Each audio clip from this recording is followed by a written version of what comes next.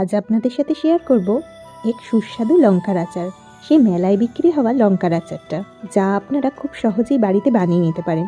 তা প্রথমেই লঙ্কাগুলোকে ভালো করে ধুয়ে নেবেন এবং তারপরে কাঁচি দিয়ে কয়েকটা টুকরো করে নেবেন। কোনোটা 2 টুকরো, কোনোটা 3 টুকরো। গ্যাসেতে একটা প্যান বসিয়ে তাকে একটু গরম করে নিয়ে গ্যাসের ফ্লেমটা অফ করে নিয়ে ঝটপট করে চামচ মেথি, হাফ চামচ সর্ষে, হাফ চামচ জিরে ও 1 চামচ মৌরি দিয়ে ভালো করে নাড়িয়ে নিতে হবে। এরপর কুচানো লঙ্কার মধ্যে হাফ চামচ নুন, হাফ চামচ হলুদ গুঁড়ো ও 1 চামচ ভিনিগার দিয়ে ভালো করে মিশিয়ে 5 মিনিটের জন্য রেখে দেবো। ঠিক 5 মিনিট পর আমরা যে মশলাটা তৈরি করেছিলাম সেই মশলাটা গুঁড়ো করে নিয়ে তা থেকে 3 থেকে 4 চামচ মিশিয়ে দেব। তার সাথেই দেব 3 থেকে 4 চামচ সর্ষের তেল।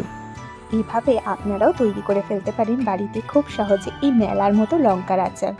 তৈরি করে খেয়ে বলবেন কিন্তু কেমন লাগলো। লুচি, রুটি